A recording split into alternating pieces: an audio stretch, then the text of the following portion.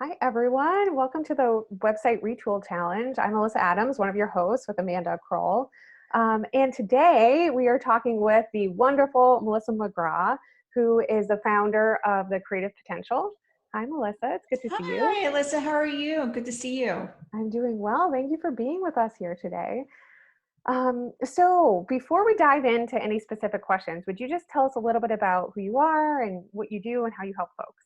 Yes, I'm an SEO strategist that help fellow entrepreneurs like yourself get their businesses found online, aka Google and other search engines. I've been in the e-commerce world working with Amazon since 2010, and I've started helping entrepreneurs getting their businesses found online and in online search probably about in the past year and a half. And I've really enjoyed learning about everyone's businesses, no matter if they have product-based or service-based businesses. Great. That's awesome. Yeah. So how did you get interested in this kind of little space of the internet? Well, I had my own website back in 2009. Prior to that, I was in the fashion industry. I was vice president of sales for many companies. And well, the recession happened. And I found myself out of work, as well as many of my clients and my coworkers. And I quickly had to reinvent myself because we were all searching for the same jobs. We were showing up to the same interviews, waiting in the lobby together to interview. It was a very humbling experience. I knew that e-commerce was coming down the pipeline and it had already started, but the fashion industry was a little slow to adapt to it. Mm-hmm. And I figured, I better learn something new. So I went back to school. I went to NYU. I got a master's in digital marketing. And then an opportunity fell in my lap with Amazon. Started to SEOify or optimize over 100,000 product listings, that products that are sold on Amazon today. So I really enjoyed the psychology behind why people search the way they do and how products are being sold and how they're being found online, because I'm going to be honest, Amazon's not the prettiest website out there. Mm-hmm. So there was definitely a way for products to be found, especially even on their site. So Mm-hmm. yeah, I'm kind of that techie, nerdy girl that likes the behind the scenes data of Yeah. everything.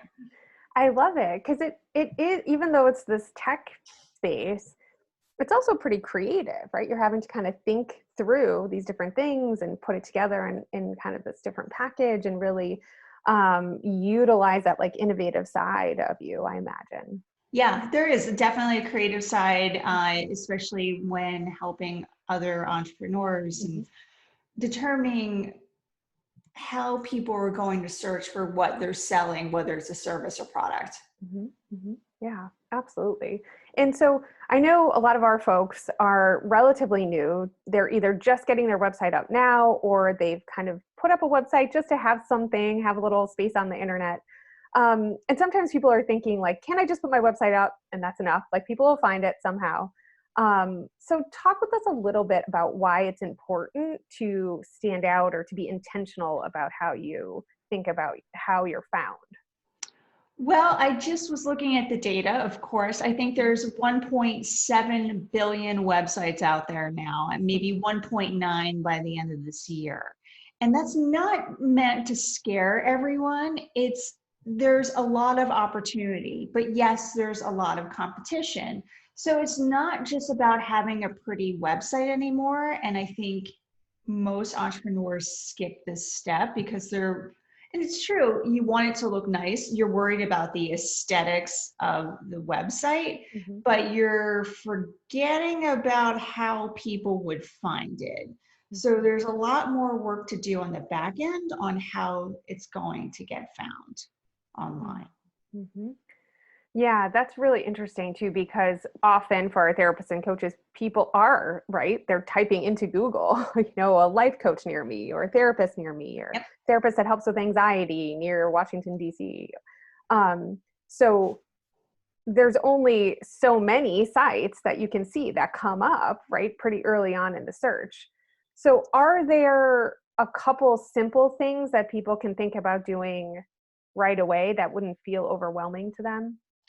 I think the first thing that I tell my clients, and I even ask my clients, what do you want to be known for in Mhm, search? If I were to type anything into Google, what would I need to type to find your website or business? mhm, And I'm going to tell you, maybe 90% of my clients don't know that answer. mhm, They thought they knew, and they're like, oh, okay, because sometimes things are a little bit too technical.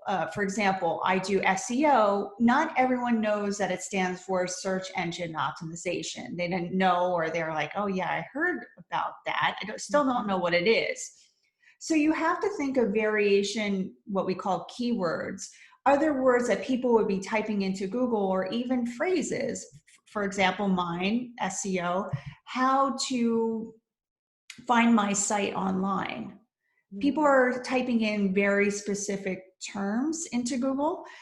For example, if you're a grief therapist, not everyone knows that technical term of grief therapist or grief counselor. They're typing in, I just lost my mother, I just lost my father, I lost my best friend. What do I do? mhm. So you have to think in different variations of how people would search. And that's the first thing that I ask my clients to do. We kind of just do just a brainstorm of all these different types of keywords.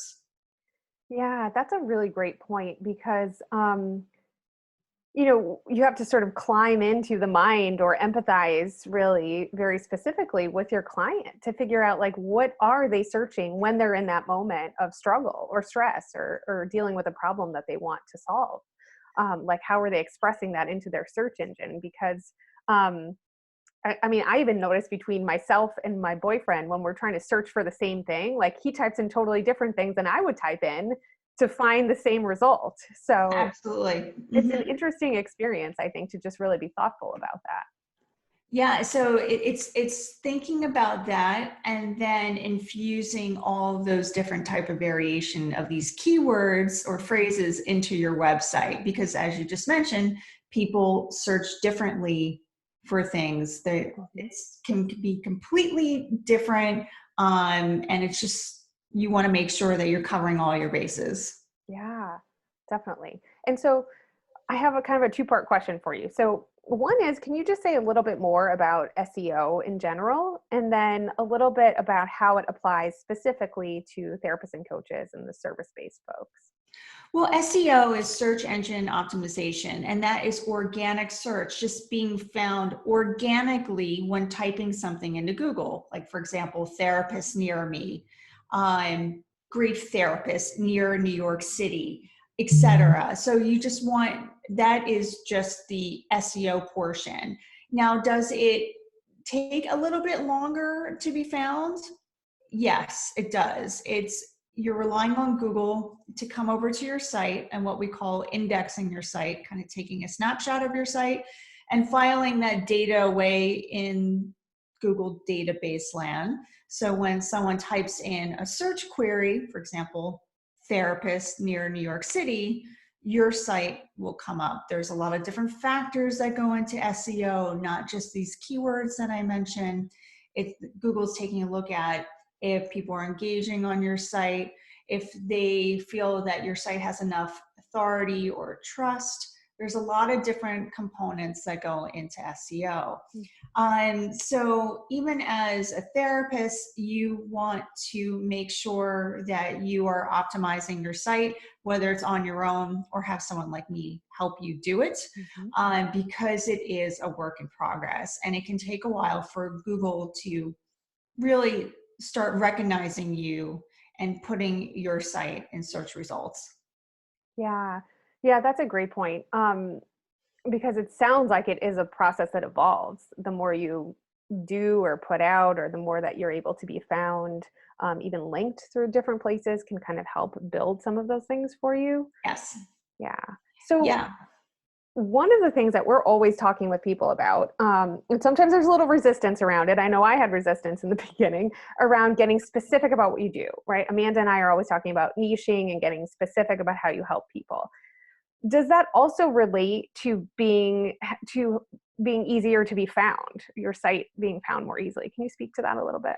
Yes, because and I was just reading an article on this. Like, for example, a lifestyle site. You have travel, you have fashion, you have it sometimes it confuses Google because it just doesn't really know what to index your site for. It can't really tell, okay, what's going on here? This site has a lot of everything.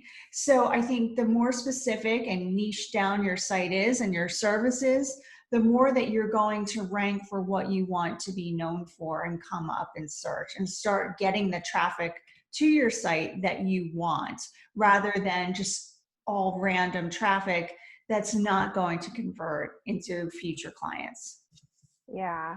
Yeah, that's another important aspect, I think, that we often don't talk about when we're talking about niching. We're talking more about getting clear on what you do and your messaging and talking with folks, and of course putting that on your website. But then on the back end, it's important too, right? Because the content you're talking about, the way you're talking, is going to be a lot more specific, so that people will be able to more uniquely find you versus, being lost in the sea of therapists and coaches that are out there.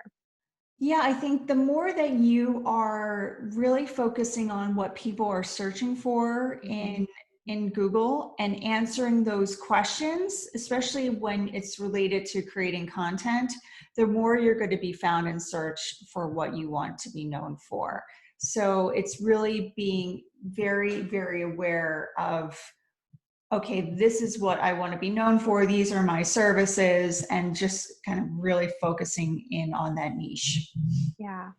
Yeah, absolutely. And related to that, do you have an example or a time that you've worked with a therapist or a coach? And can you just share a little bit about how that process went? Yeah, I've worked with many therapists and coaches, and sometimes their business does evolve. They're thinking, okay, I want to focus on weight loss, but now I'm getting a lot of inquiries about productivity. So we kind of have to shift their website to read more of what they want to focus on.